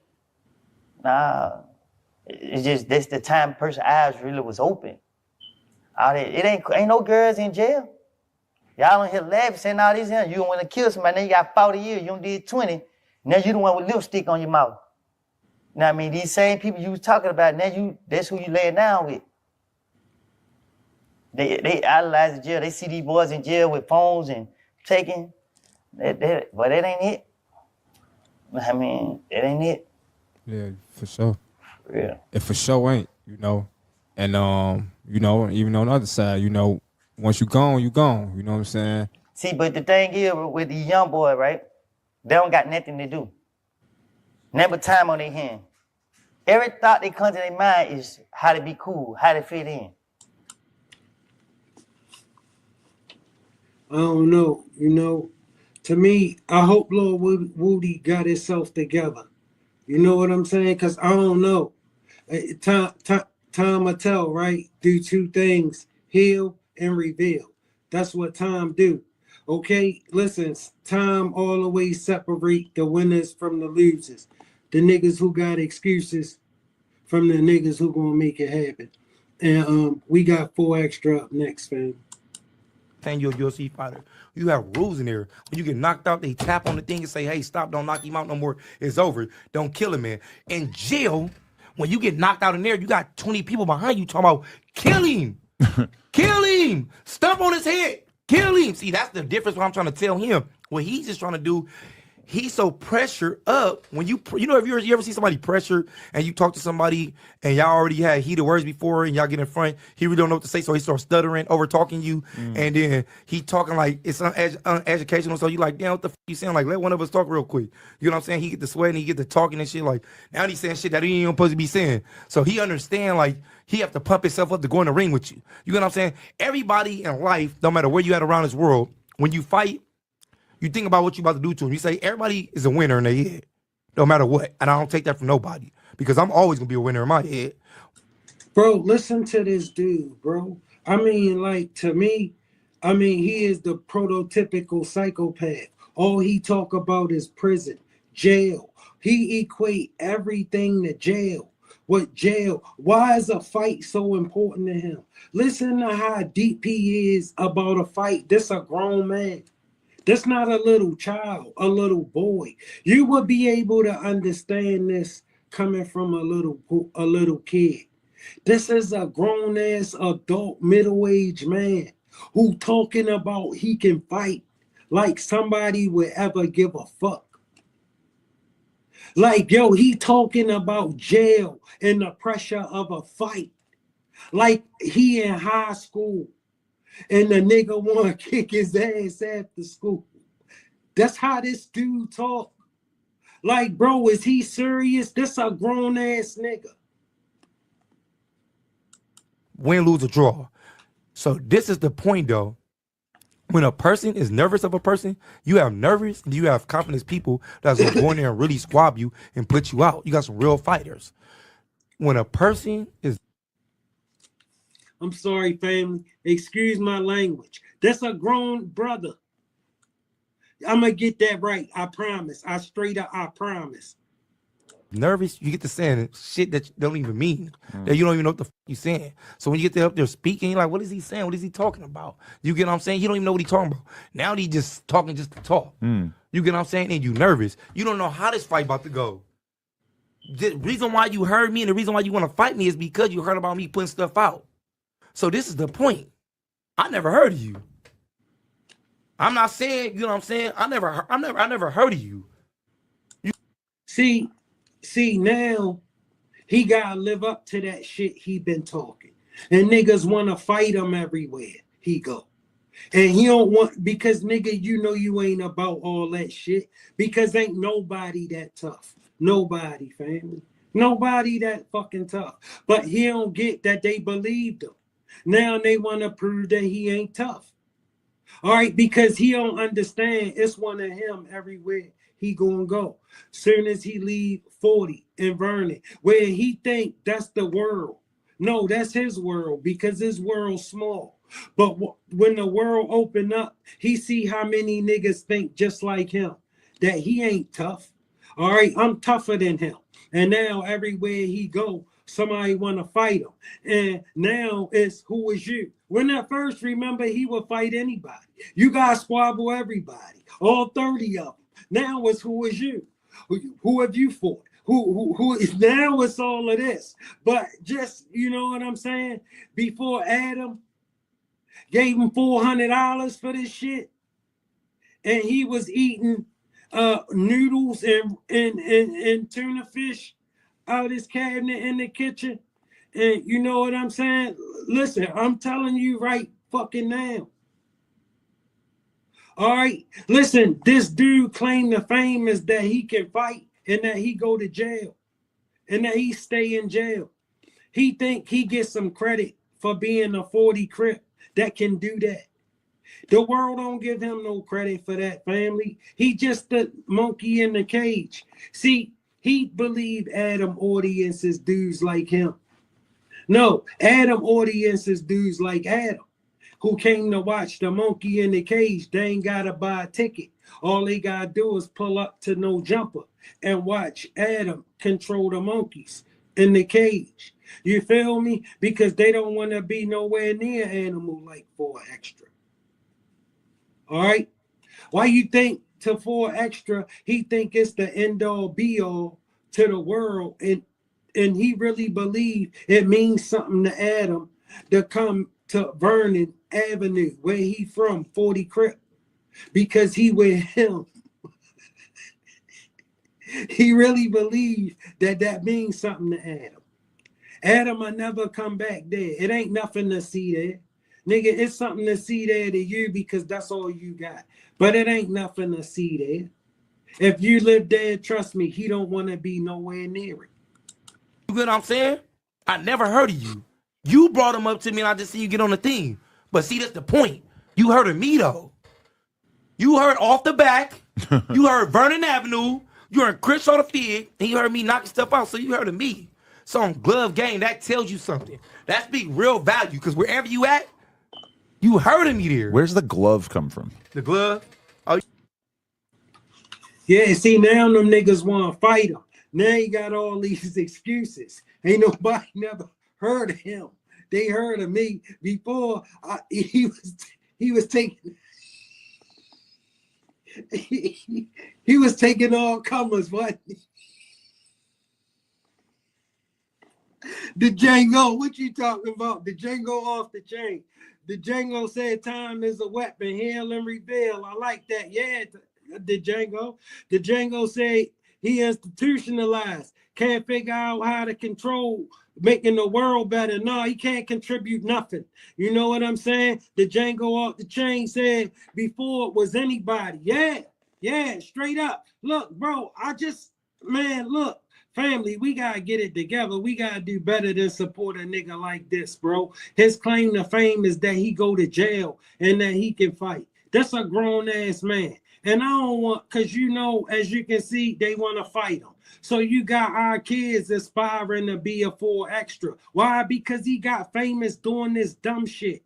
Now, and you know they gonna take whichever route they think the easiest. This, how easy can you get? A jailbird that could get on TV and talk about the pressure of getting ready to have to fight as a grown-ass man? Yo, who the fuck is worried about that? As a grown man, you supposed to have kids to feed, all right, bills to pay. You gotta keep a roof over their head. You ain't got time to be worrying about no fucking feed. Nigga, you do grown man shit when you your age, all right? That's some shit I would expect my 15-year-old son to be talking about. And me telling him, look, you gotta lock in and focus. All right, that's some dumb shit. All right, that ain't gonna get you nowhere. All right, but he ain't have no men in his life. He only had women who screamed at him. All right, screamed at him so bad that he wanted to get away from her. So bad he went to jail. you know, got the point where he got the symbol 1, 2, 3, 4 with the 0 with the ball. The ball's the 0. Oh, okay. 4 fingers, 4 0, 4. Yeah, I don't want to do it, but I see you like spread all your fingers apart as much. Yeah. As, it's like you throw. I'll blur it, but it's like that. Yeah. Okay. You ain't gonna blur that. I'm not gonna do it, but that's just, I just wanted to. Cause I'm trying, kind of like paying attention when I was out there and seeing what everybody's putting up there. Hey, that's another thing. We've been talking so long. We ain't even talk about the at all. Listen, I bet you anything that the women think he is so sexy. I bet you anything that they think that, right?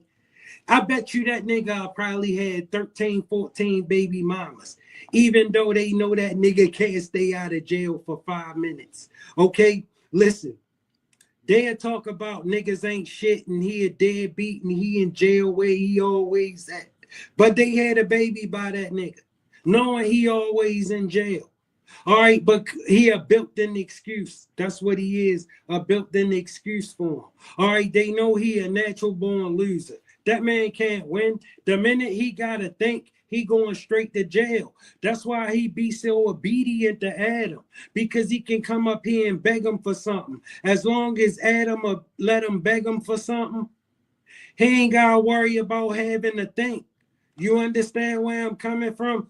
Bro, some of us just like that. Like, they stay in jail because the minute he got to think, he going to jail. That's why I tell you it's a difference between a jailbird and a street nigga. A street nigga implies that you, for the most part, in the street. All right, a jailbird means for the most part you in jail. A jailbird is usually in jail. A street nigga, he usually in the street. He usually free. You feel me? It's not the same thing. You feel me? You gotta be able to think to be a street nigga. All right, you don't have to be able to think to be a jailbird. You a jailbird because you can't think. That's full extra.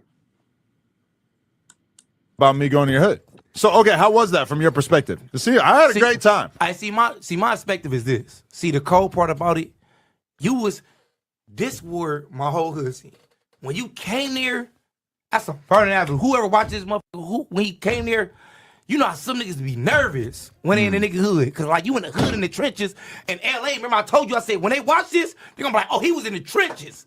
Like he where it's happening at, where it's cracking at. Right. That street is where it's cracking at. So I'm like, you gotta think about this. First off, you ain't been in no areas, This dude really believed that Adam would want to be somewhere like a war zone like that. No, bro, let me tell you where Adam want to be. All right, he want to be on the beach where beautiful women at, where that bullshit that's going on Vernon Avenue ain't on nobody mind. He want to be so far away from that bullshit, you wouldn't believe it. He with you what we call work. All right, you product. Okay, he package, deliver, and sell you to his audience. His audience is a bunch of guys like him who came to watch the show. And nigga, you the show. You and Vernon Avenue and 40 Crip. Okay, because he the only white boy that can come to 40 Crip because he the only one crazy enough. All right, to go with your broke ass. Okay, you ain't nobody. And if somebody wanted to do something to him, nigga, you couldn't stop him. gang areas. This is the first time you going in the gang infested area in LA South Central and really walking, shutting the street down. Over there in the trenches where it's cracking at. So you not even nervous. That's the thing that made me so sick, because you wasn't nervous. That's from the dead. Oh, this nigga not nervous. The nigga talking about go get the bottle. Niggas is going up. Niggas slapping ass. I'm like, bro, you only, let me tell you something about this tough shit. You only as tough as the last nigga let you get with him. That's as tough as you are.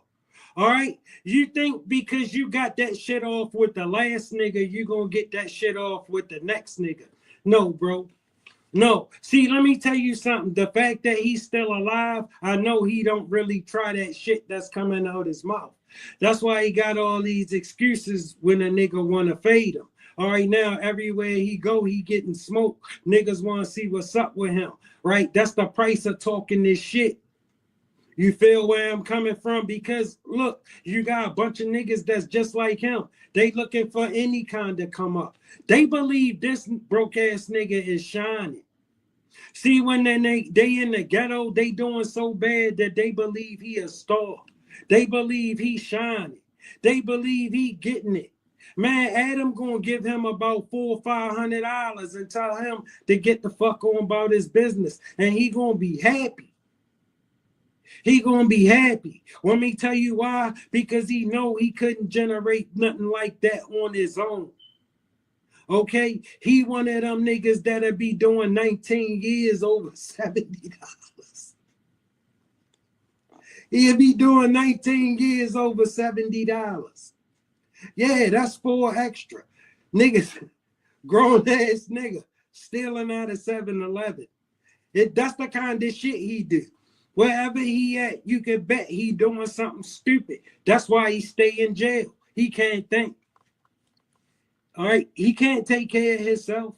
He gotta get with one of them chicks who get a check.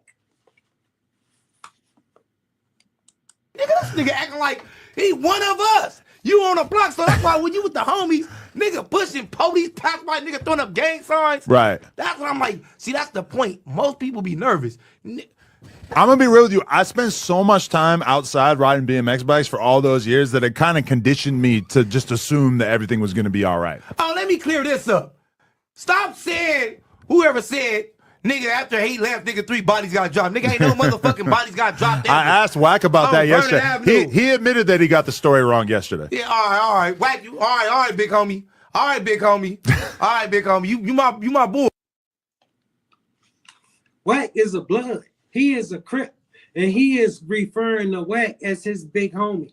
That's why I be telling you, listen. The minute you get on there and represent it like that to the rest of us, that shit look fake. And you can't tell us nothing after that. All right, once I see that y'all full of it with this shit ain't real, okay? Because from what I know of the Bloods and Crips, he is a Crip and Whack 100 is a Blood, and he could never refer to Whack 100 as his big homie. So he just got on here and done that, and you still really can respect that? You for real? Listen, me, I'm from none of that stuff. But what I'm telling you is that when you ain't from none of that stuff, you know it don't really mean nothing. It only apply to them suckers that you can make it apply to. Because like I just told you, you only as tough as the last nigga let you get with him. Because evidently you ain't get tough enough if he ain't get you going. Because you come get tough with some of these niggas, they gonna get your ass going. All right, ain't nobody ever gonna have to worry about you getting tough with them again. You only as tough as the last nigga let you get with them. You need to remember that. All right, you ain't tough, bro. You ain't that tough. Everywhere you go, everywhere I ever been, hood to hood, block to block, backyard to yard, ghetto to ghetto, they all think they tough. That shit ain't gonna change. All right? Niggas is gonna be niggas. They broke and tough. That's what they gonna be. Why? Because they don't do shit. And when you don't do shit, all you got is tough. What else you got? They impress the girls with. That's it. You tough. You better get you some muscles. Go to jail. You know where they gonna feed you 3 times a day? Because you know if you stay out here free, you know you ain't gonna eat 3 times a day. You know you ain't gonna have a shore bed with heat and shit. So he rather with free toilet paper.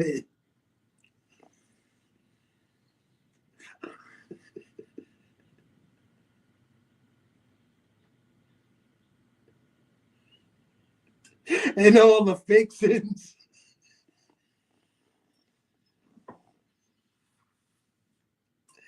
He want to be in jail, family, where they got free toilet paper and all the fixings, you know.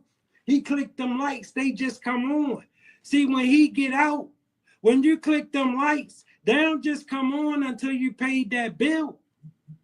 And then he realized that, oh shit, see, when you get out of jail, people will be cool and understanding for a couple of weeks. But then they gonna start wanting to know where yours at. That's where the problem come in with him. Now he gotta do something. The minute he gotta do something, he going back to jail where he ain't gotta do nothing. You feel me? All he gotta do is make it to the phone and beg people. Cause he in jail. Remember, that's the ultimate excuse for not having to be shit. You in jail. You know what I mean? And some niggas go to jail so much, you know they don't mind being in jail. He in jail more than he free. All right, and we all know a bunch of niggas, that's 4 extra. That's his claim to fame. He go to jail when he can fight, and that's a grown-ass man. He's trying to spook me. He's trying to scare me. Don't do it. Don't do that, nigga. You know ain't nobody jumping. Because he's telling me like we doing the dropping. When he told me that, he's telling me as if like, yo, you can't be doing that shit anymore because when you go out there, it makes the ops so jealous or so like aware of the situation that then they decide to pull up and do crazy shit and it's gonna get blamed on you. Well, but he doesn't realize I was on the phone with you 10 minutes before he called me, and you're happy as you're not mentioning anything bad. As soon as he tells me that, I'm thinking in my head like, nah, because there's no way 4 Extra wouldn't know, and there's no way 4 Extra would be in a happy mood. I'm on a block every day, so you got to think about it like this, bro. You get what I'm saying? First off, if they want to put, bro, he really don't know this dude is mocking him. He really think this dude respect any of this shit. He really don't know that this dude is mocking him and making a fool of him. Because I can't believe that he know that. And he's still playing along with this. Bro, I'm broken up for this guy, man. that this motherfucker, that this Adam guy, man, this Adam guy, yo, my father always told me, find a fool, fool him. Bro, he found a fool, and he fooling him. Bro, and I wish the brother would wake up and get past that $400 or $500 and see it ain't worth what he look like and what he do to us as black men when he get up here and act like that. Pull up, do some pull up. Yeah. Pull up. I love to make somebody's mama get a phone call. We love doing that. That's the best thing Vernon Ave love doing. Farmers get the phone call. Come identify your son. Is this your son, ma'am? Is this? We love that. You get what I'm saying? So, glove love. You know what I'm saying? Pull up. We're not telling you not to pull up. You know what I'm saying? Everybody welcome. Come on. Well, at the end of the day, that's what I'm saying. You know what I'm saying? You see what? We shut down Vermont. Went off the bat. And a video coming soon. It's coming this week. What? It's about to drop. Every platform, off the bat, Vernon Ave. What? You got Adams up there slapping ass, going crazy, in a set. You just made history. You just hit the hood where it's cracking at, and you talking about popping bottles. You out there like the homies marching down Vermont. You know how many people want to do that in life? You know what my favorite quote from that girl was? She said, she goes, I went to private school. I can't believe it. I never did anything like this before. I was like, whoa. What the kind of quote is that? You know what private school we talking about here? Yo. You know what I tripped off of? I swear, when I watched it, you said, one day you shaking ass on 43rd and Vermont, and the next, you shaking it for Future. That's what I told you. Gas her up. Gas her up. You're going places from here. This is just the beginning. This is just the start. It's just the start. Yo, but all right. The other thing that really stood out to me is that, so at one point we're filming the video, we start marching down the main road. There's probably 50 cars backed up behind us. Adam know he ain't right. We all marching and rapping into the like camera, whatever. People out there. And I said, I'm like, yo, like, where are the cops at? And as soon as we finish filming the scene and we all get back onto the sidewalk, the cops drive by. Beep, beep, beep, beep, beep. No hate. They don't pull over. They don't say nothing. They fully ignore probably 100 motherfuckers who are all stomping through here. They realize this is not the fight that they want to pick. They're going to let you do your thing. And at the end of the day, they know about the hood, bro. Yeah. You know what I'm saying? They know about the hood. They know about the set. They know they ain't about to jump out and just do anything they want to the set. That's cool. You're police. You're here to protect the community and all that. Well, the community ain't doing nothing. But, the only thing the community doing is building up the community. We wasn't out there causing rugged. We wasn't out there hurting people. We wasn't out there causing violence. We was out there making a video for the community, for everybody from the West Coast. If you wanted to come, you know what I'm talking about? You was a body, and we was doing our thing. So you know what they did? They hit their lights. Family, this dude really can't understand why people feel like when gangbangers around, it's a problem. He really don't get it that the world not ever gonna respect that shit. Okay, in the ghetto, they fear that shit. They don't respect it. They don't have a choice. If they don't have nowhere else they can go, they gotta deal with it. They gotta deal with a nigga like you. You just don't understand it. You came to believe that they don't mind and that they like it. They don't, man. And they kept going. But they didn't know what he's out there doing. Realistically, what are they going to do? Even if there's two cops in the car, what are they going to do? There's like 100 people. They need 10 cars to pull up if they want to even begin to make a dent in what's going on There's here. over 200 some people out there. The only thing they wanted to do is hit the lights and say, "Hey, put us in the video, probably." Right. Man, that's funny. But okay, so when you're hanging out on that corner, is that like a normal corner where we could find you posted up on a regular basis? You ain't gonna see me right there. You're always moving around, right? Yeah, I'm always moving around. So you got to think, my hood is from Crenshaw to Fig, 49th to King. We got a big area. Right, one of the biggest black areas in South Central. You know what I'm saying? We got a big area. So I'm all through there. You get what I'm saying? But that's the block, that's the set. That's what I say. And that's the dark side. You get what I'm saying? That's the dark. That's the dark. When you ask about the photos, we got 4 sides. We got avenues, westerns, park, dark. You know what I'm saying? 4 sides make the hood. You get what I'm saying? That's the dark side we was in right there. Okay. You know what I'm saying? We call that, you know, the grimy side, you know, arc side. Park Dark right there. Okay. It's like the grimy side right there. You get what I'm saying? Okay. That's why when people see that, they're like, he's in the trenches. He's right there in the trenches. He's right there where it's cracking. He right there. I can't even walk down that street. And he walking down Vermont in the street, shutting down traffic. Oh, he on. All right, so Wack got it wrong about the idea that a bunch of people got killed. But my question is, Wack also made the point. He said, 4 Extra, viral as f, famous as f, all of a sudden. Typically, when a rapper blows up out of their hood and they stay in the hood. Well, if he blew up and he famous as fuck, why you only give him $400 or $500? Why? Because you knew he ain't blow up. You know he ain't famous as fuck. You know he local as they get. And that's why you give him $400 or $500, because he can't demand nothing. He can only beg. He ain't reached the point where he can demand nothing. He can only beg you to be able to keep coming around so he can keep doing this. So you could give him a couple dollars so he ain't gotta go to jail. That's what all of this shit about. Is not the best result. What's your reaction to that? Are you planning on perhaps moving somewhere that's a little bit? See, family, that's how much he really like going to jail and having to run all them fades. This what he gotta do to stay out of jail, because he don't like going to jail, having to run all them fades, but he don't know how to stay out of there. He can't think. That's what happened when you never learned how to think. All you ever did was follow people. More laid back, not being in the middle of the chaos. You can still swing by. You can still show love. You can still make moves. First off, but you're a little bit ducked off. First off, I don't know your situation. First off, I ain't got to live in my hood to be in my hood. Oh, so you have already potentially. I ain't got to live in the hood because I've been living in my hood since day one, since a kid. Born and raised there. So you got to understand this part. My roots is there. I've been there since a kid.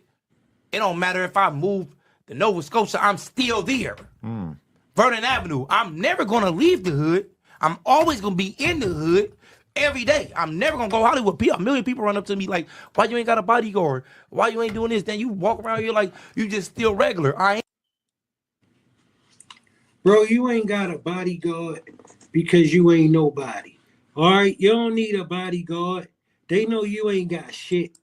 All right? Listen, they know you ain't got much more than you been having. You know what I'm saying? And you ain't gonna get much more than you've been having. Family, look, this is an example of everything you don't want to be. This is a failure. This is a man who never planned to do shit, so this is something big. Okay? Don't get it twisted. He don't represent the brothers. I love him. I hope he get himself together, but I don't know, family. All right? Listen, as always, it don't take much to be nice. We all gotta live on this planet together, walking in and out of each other's space. Respect is important. All right, listen, if you're not subscribed, make sure you subscribe to the channel. Smash that like button. Share the program if you will. I love you, family. 8:30 every night. You know what I'm saying? And on the whims, you know I do these. I love you, family. Thanks for pulling up and spending your time with me. Until next time. 8:30 tonight, family.